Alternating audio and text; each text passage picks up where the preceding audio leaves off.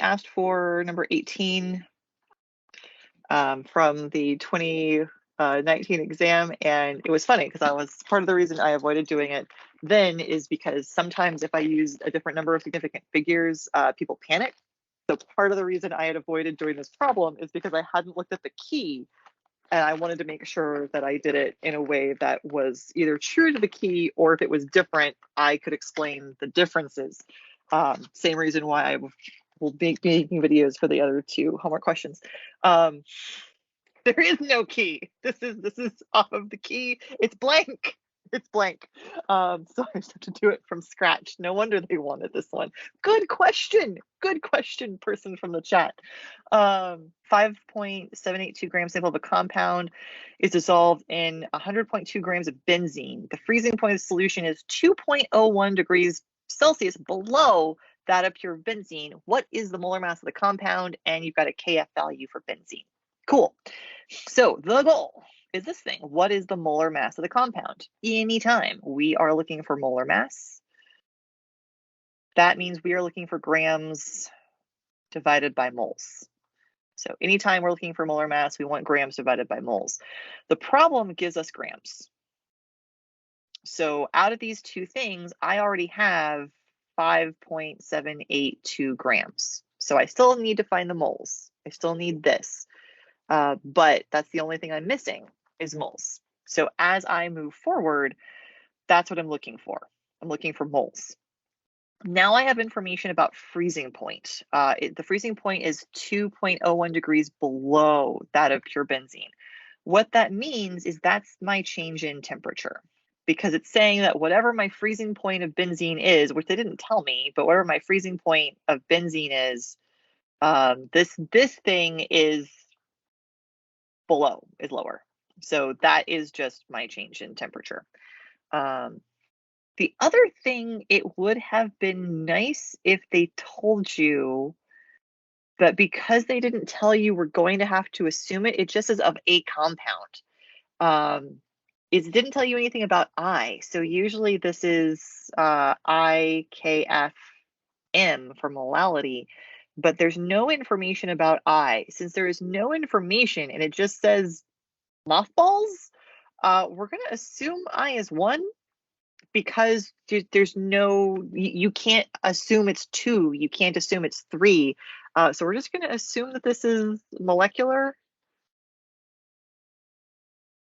And non-ionizing, because if I don't make that assumption, I can't do anything. Gosh, it would be nice if they had put that in here. I wonder if this is a textbook problem that they copied and pasted into the exam. Don't know. Didn't teach that semester. It's okay.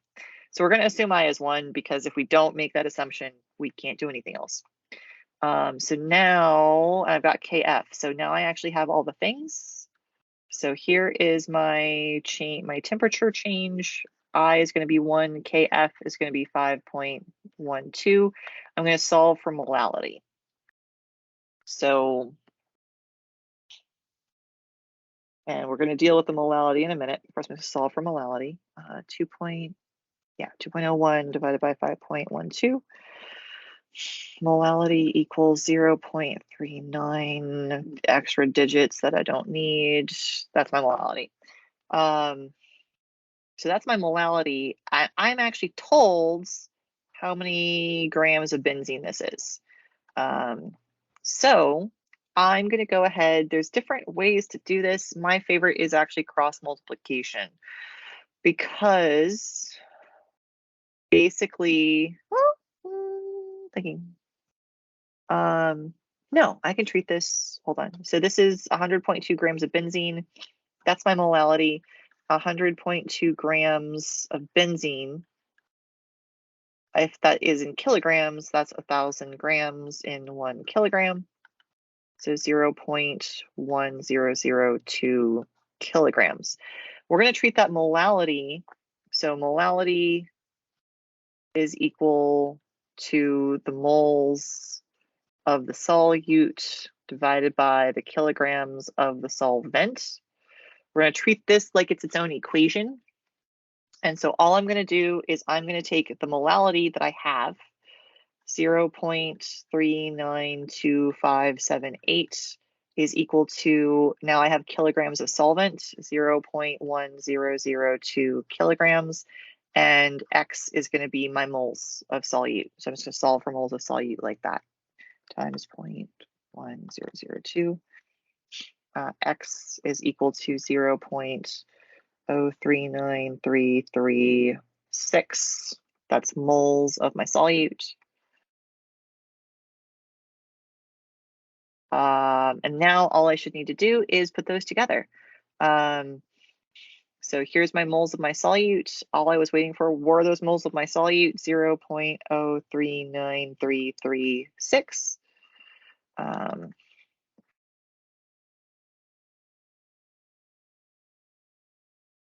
And I get a final molar mass of 146 point, I'll go with 99. That's too many digits, but that's fine. Grams per mole. All right, so I've got 2 questions left to do. First one is this one, it's number 68. It says at 25 degrees Celsius, the vapor pressure of pure water is, and we have a pressure for pure water, and that of seawater is a lower vapor pressure. Assuming the seawater contains only sodium chloride, estimate its molal concentration. So since this is a vapor pressure problem, we are going to use Raoult's law, the vapor pressure lowering equation for this. So my pressure of the solution is going to be equal to the mole fraction of the solvent times the pressure of the solvent. So that's just my Raoult's law equation. Then I can go ahead and plug some things in. So I'm going to go ahead and keep solving for the thing I can solve for. So I've got two things in the problem. And so that's basically using what I can do. So 22.98 is equal to the mole fraction of the solvent times, should be the higher number, yep, goes here. My mole fraction of the solvent is going to carry some extra decimals, 96717. Now, the goal is the molal concentration of sodium chloride, the whole thing. So we'll get to that in a minute. So what I do want, though, is I want information on the solute, because it says assume the seawater contains only sodium chloride. So that's going to be water as the solvent and sodium chloride as the solute. So therefore, I'm going to get the mole fraction of my solute so I can do something about that. So that's 1 minus this number that we have here. So that gets me 0.03283. So there's my mole fraction of my solute. Now so what I now need to do is go from my mole fraction of the solute to molality. So that's what the problem asked me to do. So that's where we are at. So I'm just going to go from mole fraction to molality. So my mole fraction but it works a lot better if I go ahead and have a top part and a bottom part. I can always put anything over 1. So this is the moles of my solute divided by my total moles. So I'm just going to go ahead and say that I have 1 total mole. So the goal is molality. So molality is going to have still moles of the solute on top. So I get to keep that same number because I'm looking for moles of the solute. But then below, I want kilograms of solvent. That's the goal. So since I want kilograms of solvent, I needed information about just the solvent. And actually, I have that from over here because I want information about just the solvent. And that's something we actually already solved for. So if I have 1 total mole, my amount of solvent is going to be this 96717 moles solvent, which is water. So then all I'm going to do is, since that's moles and 1 mole of water, I can use the molar mass, 18.016, which so we're going to take our moles and multiply by our molar mass. And then when we do that, I get a number of grams. So this gets us closer to our goal. So now I already had the moles of my solute, but I've got grams now. I need kilograms of my solvent. I have grams instead, so I can divide that by 1,000 because there are 1,000 grams in 1 kilogram. And so it's 0.017425, giving me a total of 1.884 mol. The tricky part, though, is this is just mol of solutes. So when we think about this, sodium chloride, when it dissolves in water, I actually get 2 different ions. I get a sodium ion and I get a chloride ion, which means that this is really 1.884 mol of ions total. But the problem, over here, the problem wants sodium chloride, the whole thing.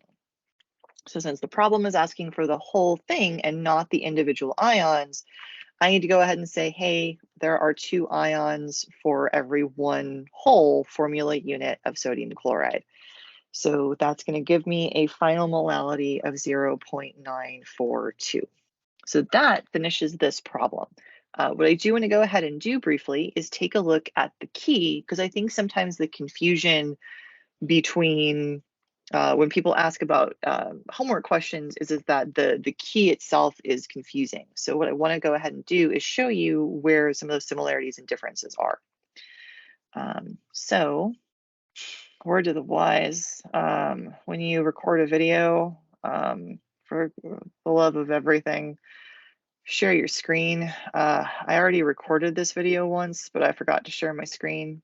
So now I'm re-recording the video. So if I sound tired, it's because I'm repeating this work that I already did. So this is the key for problem 68. So that's the one that we just finished. So first of all, they're using a completely different equation. This is not the one that I started with. This is the change in vapor pressure. Change in vapor pressure is equal to, this is the mole fraction of the solute. So that's why when they're done with the change, they are actually getting the mole fraction of ions here. So we got that same number. So this 0.03283, if we come back over here, and look for it, I have that 0.3283. So I have the exact same number that they got. I did it a different way because I started with a regular Raoult's law equation. I got the mole fraction of the solvent subtracted from 1. But I did get that same number. So I arrived at it a different way, but I did get to the same place.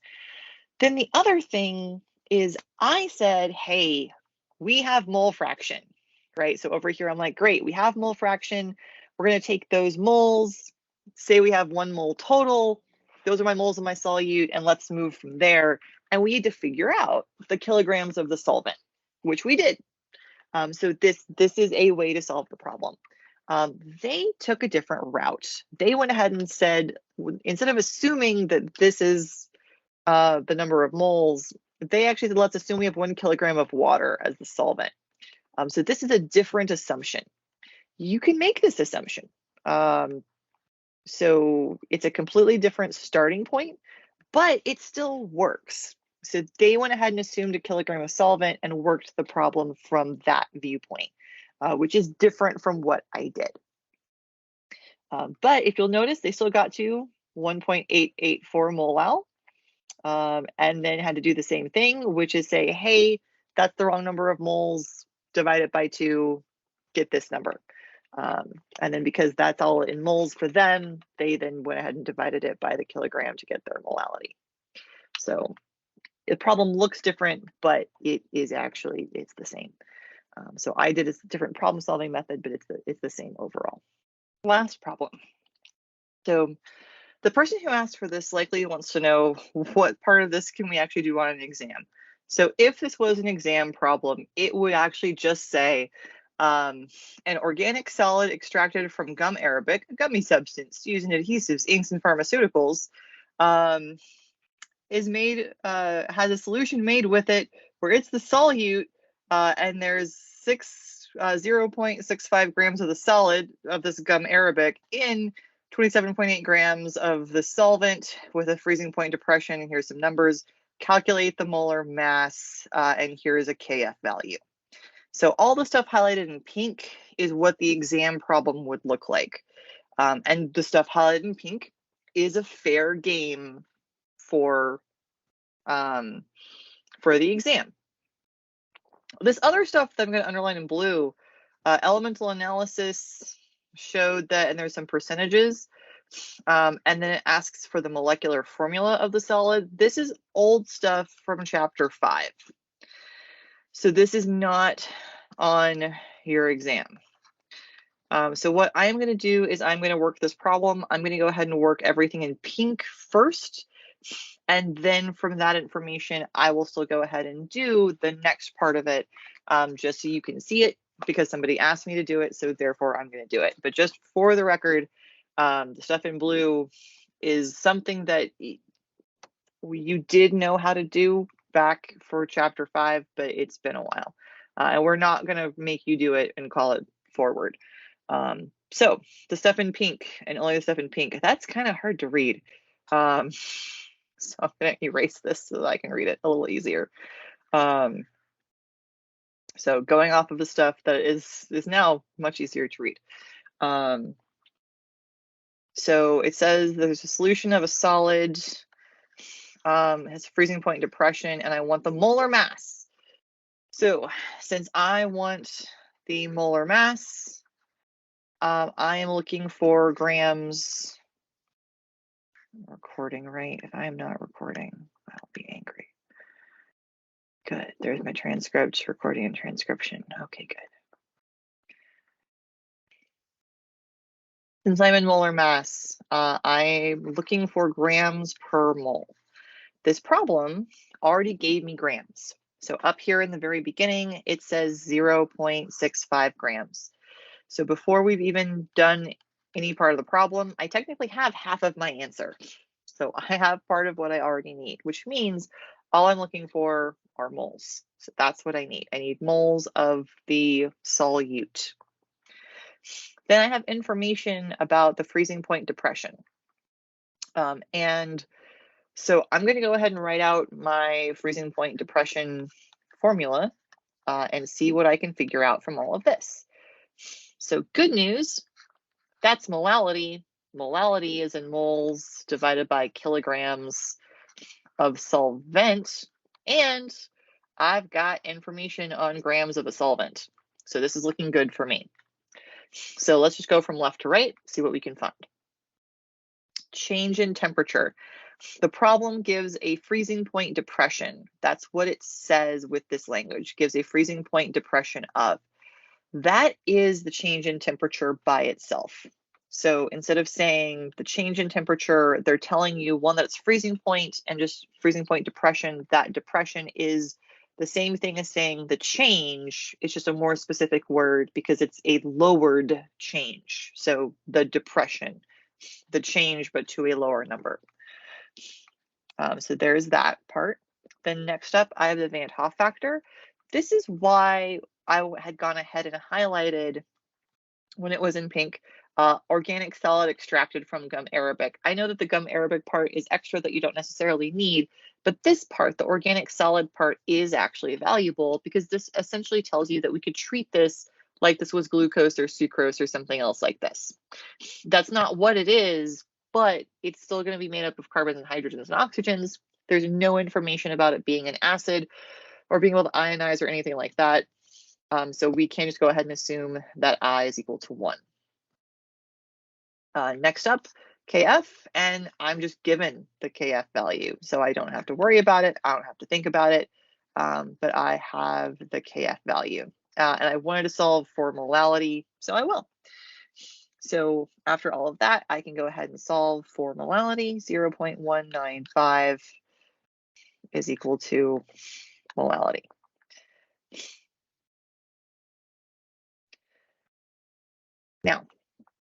Now that I have this, the next thing I need to do, since I want moles, I'm going to treat my molality as if it was an equation.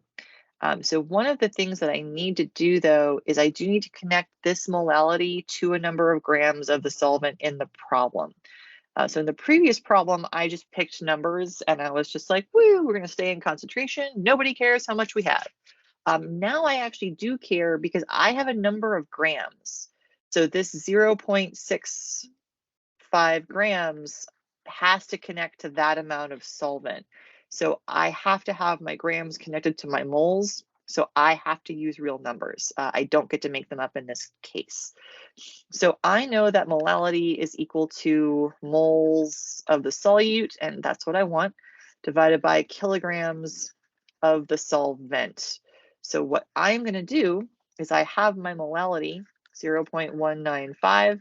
I'm going to solve for the moles of the solute, and I'm going to put in what I know, which is my grams of solvent, but as kilograms. So it's 27.8 grams. That's 0.0278 kilograms of solvent.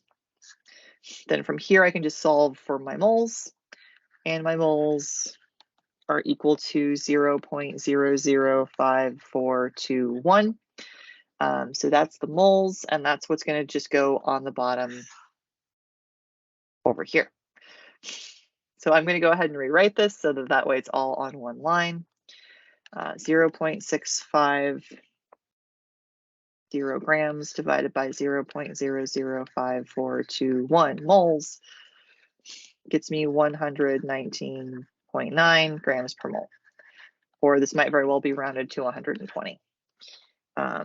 So that is the problem that you can solve. That's the problem that we could very well put on the exam. This one, just like this. What I will go ahead and show you is so skipping that part, but this part is in the key. They did it almost exactly the same way. I think they got their moles of their solute a little bit logically differently, but the math is the same.